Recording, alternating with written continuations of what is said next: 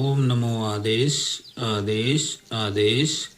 तो प्रेमी भक्तजनों, आज के इस वीडियो में तंत्र जगत की एक ऐसे गूढ़ रहस्य से हम आपको रूबरू करवाने वाले हैं, जिसको जानने के बाद आपकी काफ़ी चीज़ें क्लियर हो जाएंगी। और वह तंत्र की महारथी है, वह मसाणी शक्ति है और एक बहुत ही शक्तिशाली देवी है जिनका नाम है माता दूतनी। माता दूतनी मसाणियों की बहुत बड़ी शक्ति है। अनेक मसाणियाँ जो हैं वह इनके नीचे अंतर्गत कार्य करती हैं, अनेक मसाण भी इनके अंतर्गत कार्य करते हैं। इनका जो स्थान है, इनका धाम है, वह हरियाणा के पानीपत जिले के पाथरी गांव में है। इन्हें पाथरी वाली माता भी कहा जाता है, दूतनी मसाणी भी कहा जाता है। और इनके स्थान पर हजारों के हजार लोग पूजा पाठ करने भी आते हैं। अधिकतर लोग तांत्रिक जो होते हैं वो माता दूतनी की सिद्धि करके ही अपने चौकी दरबार चलाए हुए हैं और इनकी शक्तियों के कारण ही वह तंत्र की क्रिया में सफलता हासिल करते हैं। उनका नाम होता है, पैसे मिलते हैं और उनको समृद्धि को प्राप्त करते हैं। तो यह माता दूतनी जो है तंत्र की एक महाशक्ति है, जिनका स्थान हरियाणा में पानीपत जिले में है। तो इनका प्रभाव क्या होता है, देखिए, हमारा वीडियो माता दूतनी के संबंध में जानकारी देना तो है ही, लेकिन खासकर उन लोगों को जानकारी देना है कि जिनके घर में इनकी पूजा की जाती है, भोग दिया जाता है, या फिर जिन घरों की यह कुल देवी है। तो जिनकी यह कुल देवी है उन लोगों को सावधान होकर बड़े ध्यान से इस वीडियो को सुनना चाहिए, क्योंकि आपके जीवन को प्रभावित कर देगा यह वीडियो, यह ज्ञान। यदि आपने इसको समझ लिया तो आपके सारे सवालों का जवाब आपको घर बैठे ही मिल जाएगा। तो माता दूतनी का जो प्रभाव है वह मैं बता देता हूँ। पहला, इनका सबसे बड़ा प्रभाव होता है इनके जो कुल में है, यानी कि जिनकी यह कुल देवी है, जिनके यहाँ इनकी पूजा पाठ होता है, जिनका थान बनाया गया है इनके घर के, तो जिनका यहाँ इनका थान है, कुल देवी है, उसका सबसे अधिक मन हमेशा भगताई की लाइन में जाने का करता है कि मैं चौकी लगा लूँ, कोई गद्दी लगा लूँ, कोई दरबार, कोई बैठक, इस तरह से तंत्र क्रिया में मैं निपुण हो जाऊँ। इसका सीधा कारण क्या है और सरल भाषा में मैं बता रहा हूँ। माता दूतनी जो है एक मसाणी शक्ति है जो कि तंत्र की क्रिया करती है।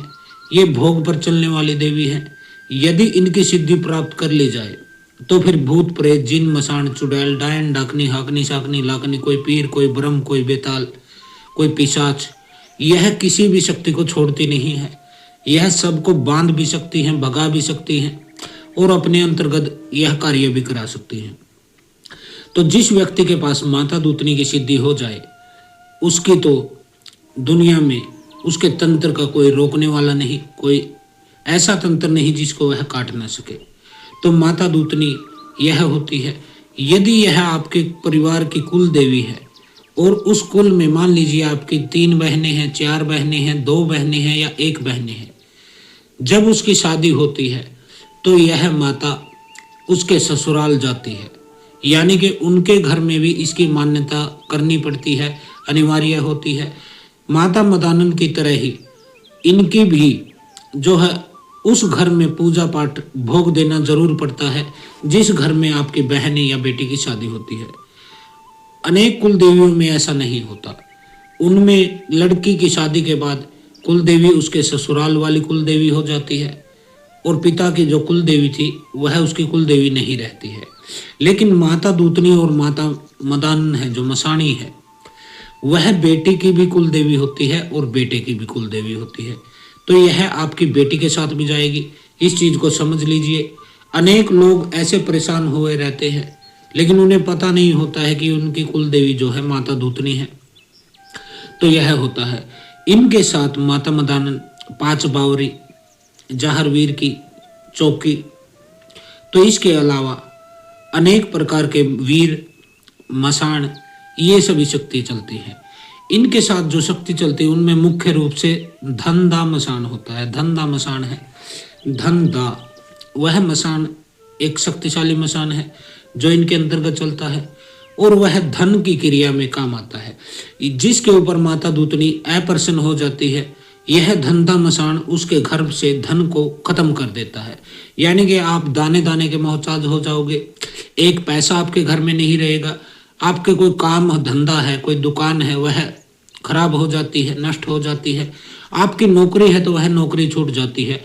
यानी कि कहे कि आपको खाने के लाले पड़ जाते हैं, आप बिल्कुल रोड पर आ जाते हैं। इतना यह गरीबी में आपको भेज देता है। यह धंधा मसान होता है। और यदि माता दूतनी का प्रभाव अच्छी तरह से आपके ऊपर पड़े और यह धंधा मसान आपकी मदद करे, तो यह आपको धन माया से आपको भर भी सकता है। ज्यादातर यह मामलों में जिसको गड़े धन की सिद्धि करनी है, गड़ा धन जिसको पाना है, वह धंधा मसान की ही साधना करते हैं। यह एक ऐसा मसान है जो कि आपको गड़े हुए धन की भी जानकारी देता है, सट्टे लॉटरी का नंबर भी दे सकता है। तो यह माता दूतनी के साथ चलता है।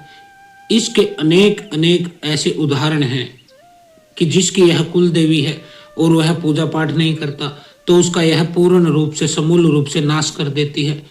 और जिसके ऊपर इनकी मेहर हो जाए, कृपा हो जाए, उसके घर में धन की कमी नहीं रहती, समाज में इज्जत की कमी नहीं रहती, पद और प्रतिष्ठा उसकी बढ़ जाती है। अब यह होता है।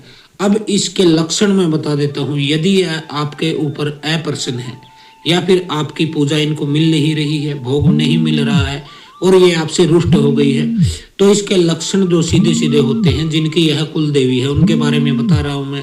जिसके ऊपर यह चढ़ गई है या चढ़ा दी गई है तंत्र के माध्यम से, उनके बारे में मैं किसी अलग वीडियो में बताऊंगा।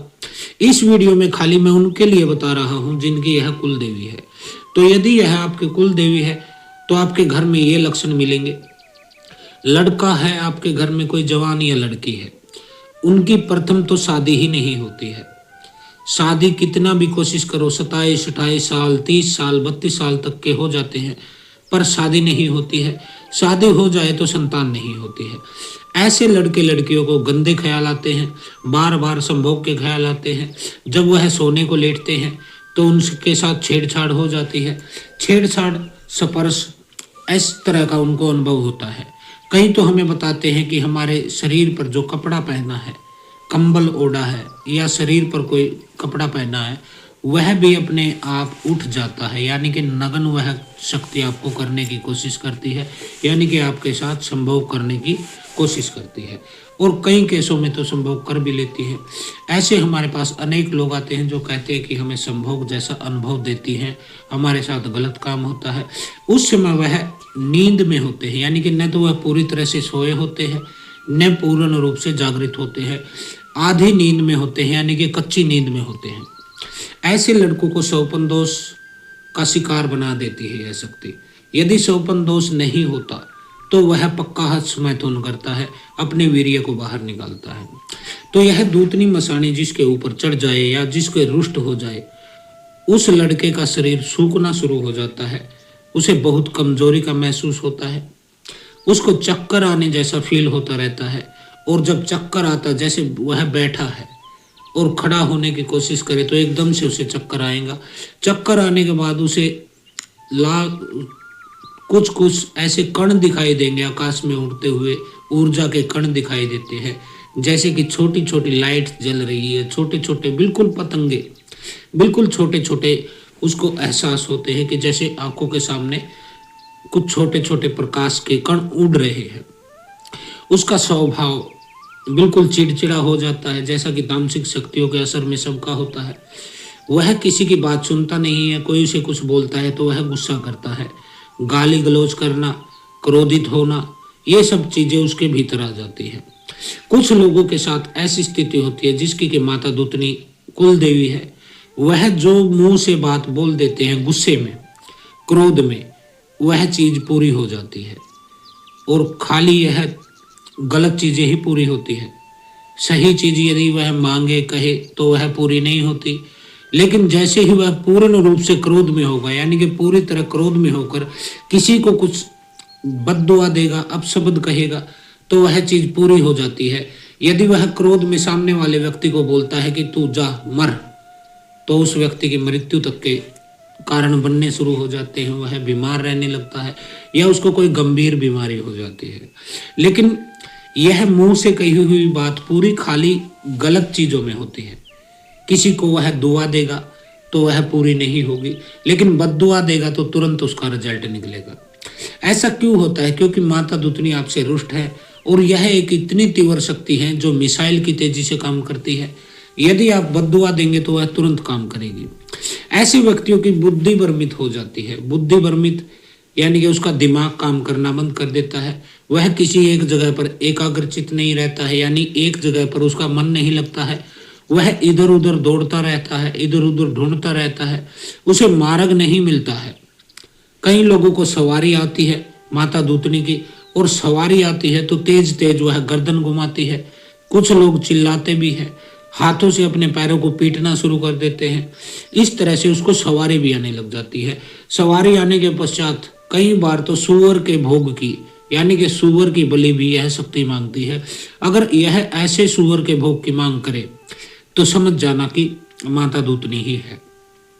अचानक से किसी की मृत्यु हो जाना, घर में किसी बड़े की मृत्यु हो जाना, खासकर इसमें बड़े लोग ही मरते हैं, जैसे आपके दादा हो गए, दादी हो गई, पिता हो गए, माँ हो गई, बहन हो गई, आपसे बड़ा भाई हो गया। इस तरह से ऊपर से नंबर लगता है, क्योंकि यह भोग जब आप इसको भोग नहीं देते हैं, जो पद्धति है इसकी, किसी के घर में सूअर का भोग दिया जाता, किसी के में बकरे का, लेकिन जब आप इस चीज को छोड़ देते हैं तो यह मनुष्य को घाटा करने लग जाती है, यानी कि मनुष्यों की मृत्यु होना चालू हो जाता है। और यह मृत्यु भी एक्सीडेंटल होती है, अचानक से होती है। जैसे अचानक से आपको पता चला कि कैंसर हो गया है, अचानक से हार्ट अटैक आया और व्यक्ति खत्म, नस ब्लॉक होके व्यक्ति खत्म हो जाता है, यह होता है। कुछ लोग कहते हैं कि गुरुजी हमने माता दूतनी का थान बना रखा है अपने घर में, हम पूजा भी करते हैं, इनका भोग भी देते हैं, इनकी सेवा भी करते हैं, ये हमारी कुल देवी हैं, लेकिन फिर भी लाभ नहीं मिलता है। तो यह कहने वाले को मैं कह देना चाहता हूं कि बेटा ऐसे आप स्वयं ही थान नहीं बना सकते हैं। थान बना के आप भक्ति करने लगे और आपको लाभ नहीं मिले बल्कि उल्टा असर हो, तो इसका कारण क्या होता है? इसको जब बिठाया जाता है तो इनको शुद्धि पूर्वक बिठाया जाता है। कोई सिद्ध, कोई तांत्रिक, कोई भगत, वह जो प्रक्रिया बताता है उसके अनुसार आपको ईंटों को धोना होता है, शुद्ध करना होता है, ईंटों को रखना होता है, उसके बाद आपको थान बनाना होता है, थान में इनकी प्रतिष्ठा करनी होती है, यानी कि इनको आह्वान करके और इनको बैठाया जाता है। उसके बाद आप पूजा पाठ सेवा करेंगे तब आपको लाभ मिलेगा। अगर आपने खुद ही बना के बिठा लिया है, उसमें प्रतिष्ठा हुई नहीं, तो क्या होता है, उसमें कोई ना कोई नेगेटिव शक्ति आकर बैठ जाती है। और जब नेगेटिव शक्ति आकर बैठ जाती है तो आप जितना भी पूजा पाठ करते हैं, जितना भी आप भोग देते हैं, जो कुछ भी इनके निमित्त कार्य करते हैं, उसका फल आपको नहीं मिलता है। उसके फल को यह नकारात्मक शक्तियां जो है वह थान में बैठी है, वह खाने लगती हैं और मजबूत होने लगती हैं, आपको पीड़ित करने लगती है। इनके बिगड़ जाने पर, यदि किसी परिवार पर यह बिगड़ गई है, रुष्ट हो गई है, ऐसे परिवारों में उनके लड़के या लड़की वह अलग अलग अंतर जातीय शादी करते हैं, यानी कि दूसरी जातियों में शादी करते हैं, जिसके फिर आगे और गलत परिणाम होने लगते हैं।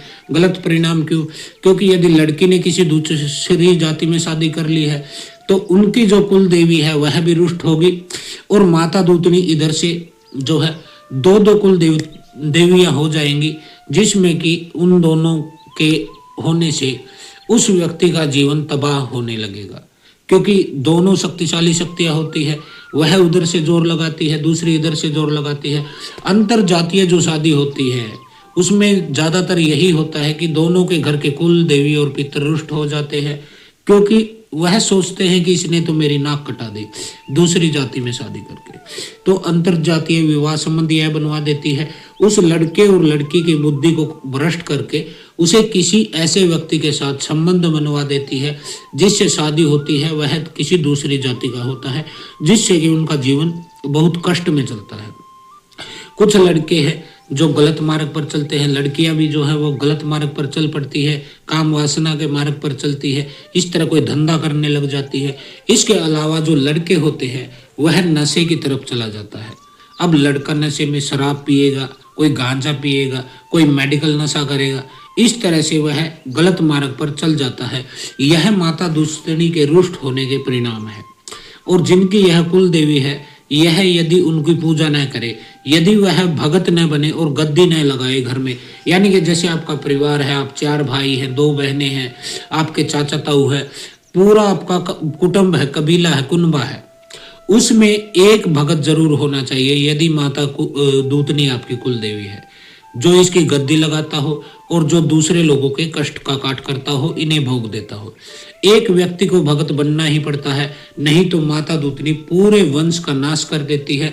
सबको पैसे की कमी रहेगी, बीमारियां आएंगी, घर में झगड़े होंगे, बरकत नहीं होगी। एक व्यक्ति को भगत बनना ही बनना पड़ेगा यदि माता दूतनी का आपको सुख हासिल करना है, उनका आशीर्वाद चाहिए और उनकी कृपा आपके ऊपर बरसती रहे। तो आज के लिए इतना ही। हर हर महादेव। ओम काली। आदेश गुरु गोरक्षनाथ।